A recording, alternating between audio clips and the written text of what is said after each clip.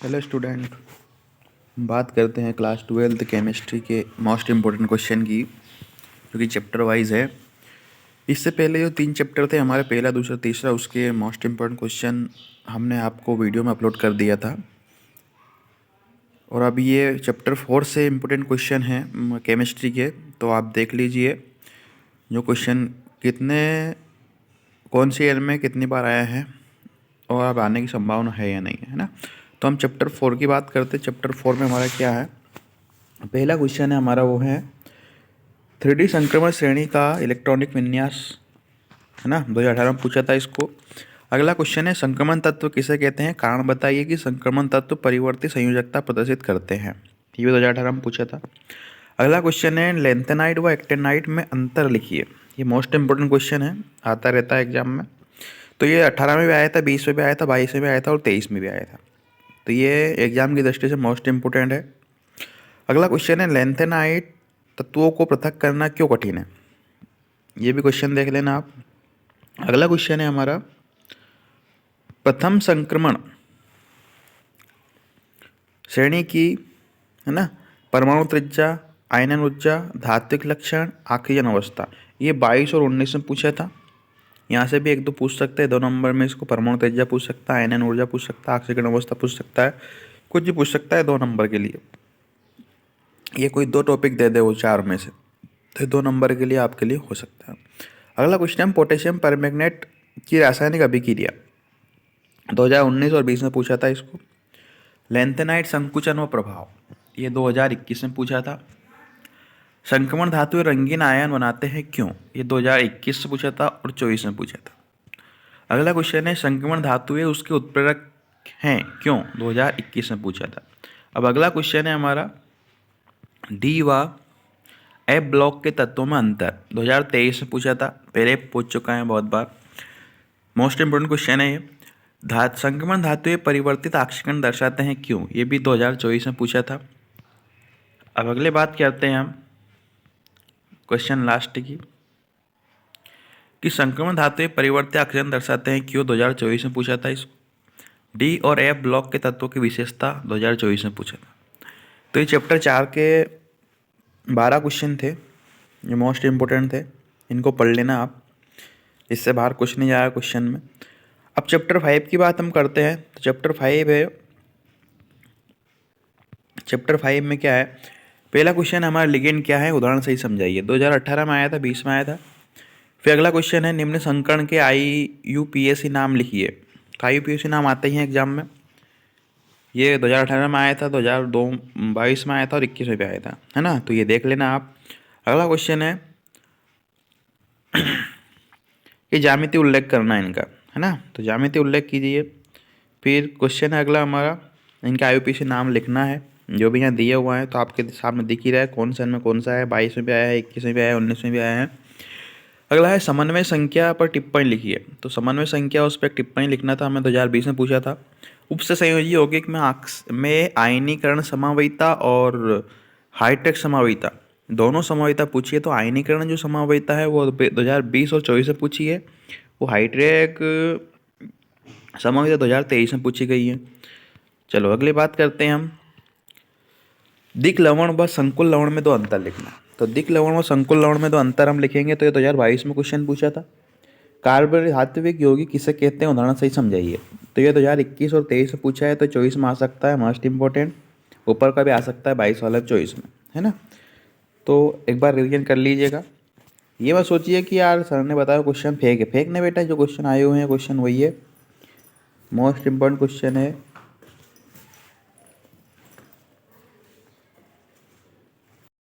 चलो अगले क्वेश्चन की बात करते हैं, किलेट किसे कहते हैं, उदाहरण देकर समझाइए। 2021 और 23 में पूछा गया है, 25 में आ सकता है। IUPAC का नाम, सूत्र व सूत्र से IUPAC का नाम, है ना। ये क्वेश्चन 21, 22, 23, 24, 25 पूछा है, 25 में भी आ सकता है, संभावना है 21, 22, 23, 24 में। तो ये क्वेश्चन आते ही, इस क्वेश्चन से IUPAC नाम जितने भी है मोस्ट इंपोर्टेंट देख लेना आप।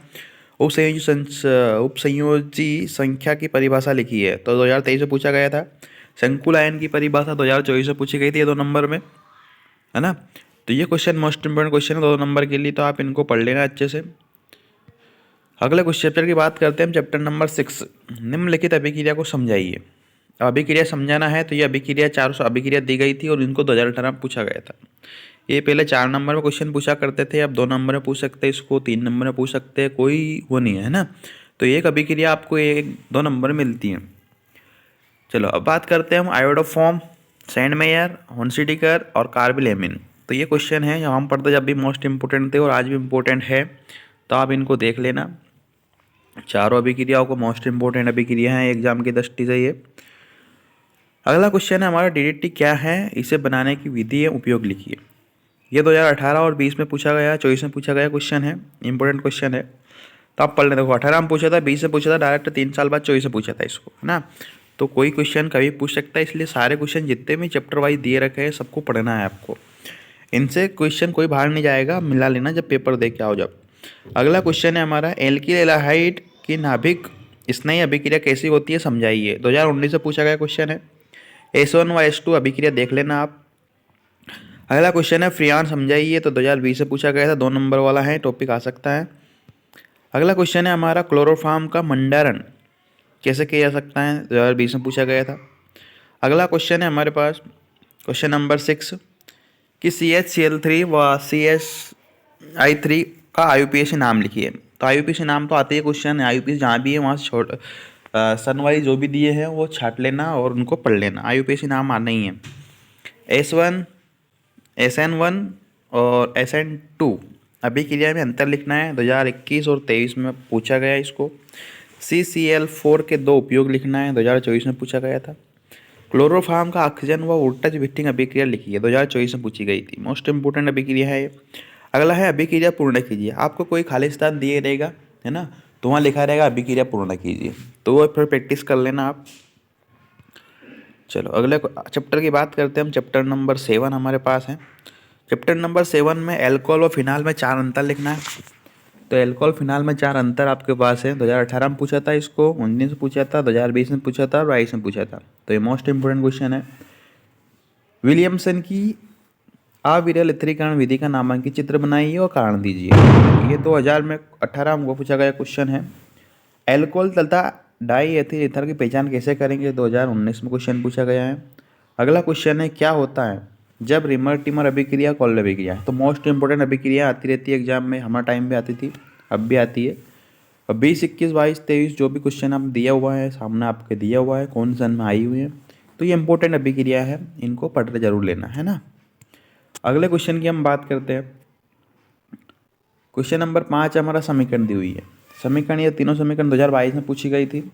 एथेनॉल से डाई एथेनॉल ईथर बनाना है, डाई एथिल ईथर से एथेनॉल बनाना है, एथेनॉल से एथिल एसिड बनाना है। क्वेश्चन नंबर 6 की बात करते हैं हम, तो अभिक्रिया दी गई है। सैंडमेयर हुनसिटिकर फिटिंग फिटकॉफ्ट अभिक्रिया, विलियम संश्लेषण उल्फ अभिक्रिया, मोस्ट इंपोर्टेंट अभिक्रिया है। ये 6 अभिक्रिया को आप देख लीजिए कौन कौन सन में आई है और आने वाली हैं, तो इनको छोड़ना नहीं है। 21 में पूछा है, 22 में पूछा है, 23 में पूछा है, इनको अच्छे से पढ़ लेना, मोस्ट इंपोर्टेंट अभिक्रिया है एग्जाम की दृष्टि से। अगले क्वेश्चन की हम बात करते हैं, तो क्या होता है जब फिनॉल की क्रिया HNO3 से करते, फिनॉल की क्रिया NaOH से किया जाए। तो ये भी क्वेश्चन आप पढ़ लेना। प्रोपेनॉल का क्वथनांक संगत एल्केन के अपेक्षा उच्च होता है क्यों, 2021 में पूछा गया क्वेश्चन है। क्या होता है जब डाई एथिल ईथर अम्ल से क्रिया करता है, 2021 में पूछा है। लुकास अभिकर्मक विक्टर में परीक्षण, 2021 दोनों में पूछा गया है। फिनॉल का अम्लीय प्रकृति, 2024 में क्वेश्चन पूछा गया है। अब देखो ये कोई सब सन में नहीं पूछा गया, लेकिन पूछा काहे में गया है, 2024 में। तो ऐसा नहीं है कि जो सन है वो ही पूछेगा रिपीट, दूसरा जो इसके अलावा जो भी इंपॉर्टेंट है पूछ सकता है।